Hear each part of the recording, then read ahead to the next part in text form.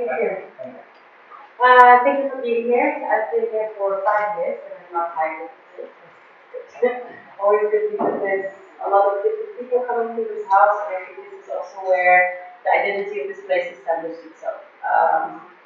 Kind of like looking at the moment we're in, our generation, our different, like the worlds we live in, very digital and technological, very individualistic, and still feeling the necessity to come together as people would go to church, I guess. No, we just want to be around people, want to tell people the weekends, and have chance encounters, I guess. In a nutshell, this is pretty much what this place is about. Um, we've been many different things. We had a music studio, we did yoga classes, and we tested out different formats, which for us would bring together community, and would do that in a subtle way, where people are doing their own thing, but have their encounters. So after these 5 years of experimentations, we got to four main fields of research or work where we feel we can express the sense of community best. Food, obviously. We have our cafe, where we do a lot of programs around the food, and it became a very important tool in our creative processes. So we always use food as a point of encounter, discussion, and debate. Then we have our co-working place, which hosts a variety of co-workers, um, which started in this thing that I told you about, this necessity of kind of having a point of coming together. We have people from all over the world, so people that live here for years but work abroad, they could work anywhere, people that come for a couple of months to Berlin and need a community to kind of land in, or people that just want to be surprised by new stuff happening every day. And then we have our artistic platform, which works with the field of collaborative art practice, which is a very broad concept, but another term for it is participatory art. So it's art in a social context. There's actually a very interesting article I read to quote where this woman describes the term of collaborative art in the sense that art used to be an artist, an object, and a spectator, and the collaborative art practice brought the artwork to an experience, the spectator to a participant, and the artist to a producer of possibilities, which I stole from my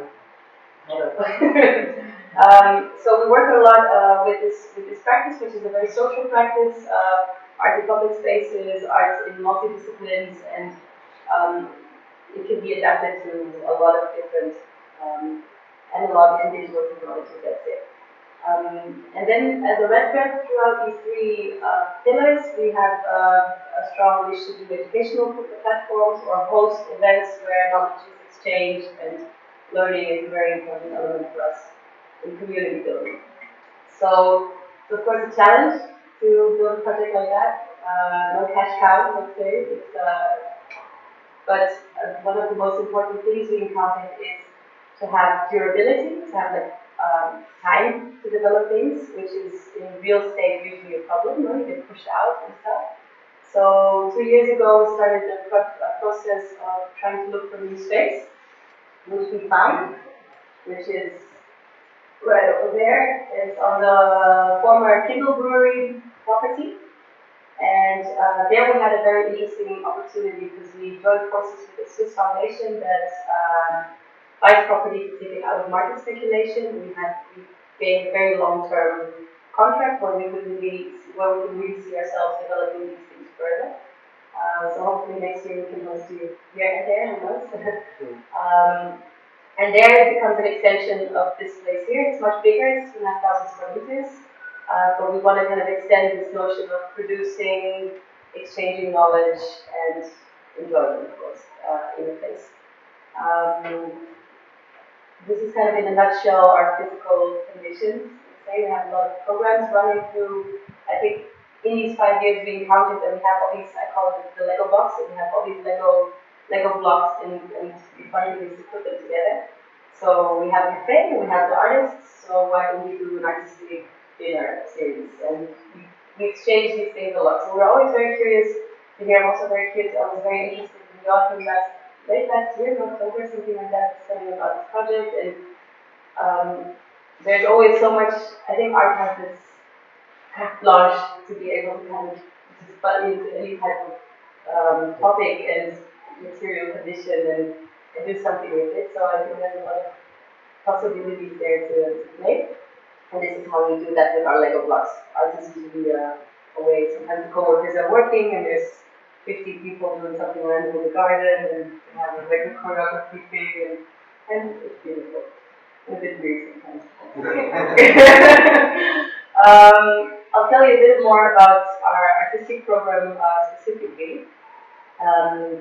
So the first official support we got, very independent project, was late last year. Was it late last year? Yeah, late last year.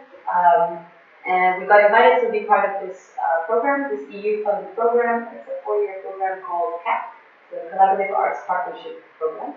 It's 9 institutions, European institutions, working and researching collaborative artistic practice. So the program is structured in these 4 years. And each year, all the partners have to give an output. So the first year we had to develop professional development workshops for artists. In that year, which was last year, we developed a program called Affect, which is happening right now also, because we kind of use the opportunity of getting funding to, instead of buying something or like trying to invest in something ephemeral, which would be a program, trying to buy a piece of furniture. So we tested out a format, and this year we were able to do it without the funding, which is Affect. Affect is a program of 1 month each time. We have 7 models this month where we invite an artist that works with collaborative. We have like an architect, philosopher, so it's very broad. People working in very broad topics that somehow work with collaborative arts, and then they get 15 participants to accompany them in a 1-month journey. So this Affect. This year we're doing a residency format, called residency, very boring. And next year we have a commission, so we commission work. And the 4th year is about disseminating. And it's very much about building partnerships and expanding this notion of this very broad field of participatory arts. It's not an object in the end, it's not a painting, it's very much about experience building. So yeah, that's a very interesting research we're in. And what else did I tell you? Is there anything specific you'd be curious about? We do many different things, so I'm always wondering which direction I should highlight. Do you want to know something about our co-workers, or maybe it's time for questions now? What was the piece of furniture you got? It's Affect. There was no furniture. We tested out the format. With the funding, and we could we had liberty to kind of take the space, block the floor and do it, and then had time to develop a little business model for it, so it's run on its own. So it's not actually furniture. Yeah. Maybe you could address the 3rd floor. The 3rd floor? The 3rd floor, what's Sure. happening there? Because from our perspective, it's like, we started a Google here in Agora. Yeah. And for us, it was like really an incubator. Yeah. A very different incubator. Yeah. But we connected with many people. We had like this space where we 2 years ago started to get decentralized and to build a community. So this house experiments a lot. Yeah. And so maybe where is the 3rd floor right now? Yeah, good. Thank you for reminding me. The 3rd floor is where we have our teams floor. So as Jonathan said, we've encountered in 5 years that we incubated a lot of startups without really being an incubator. It's a very soft, that's what I said in the very beginning, it's a very subtle thing.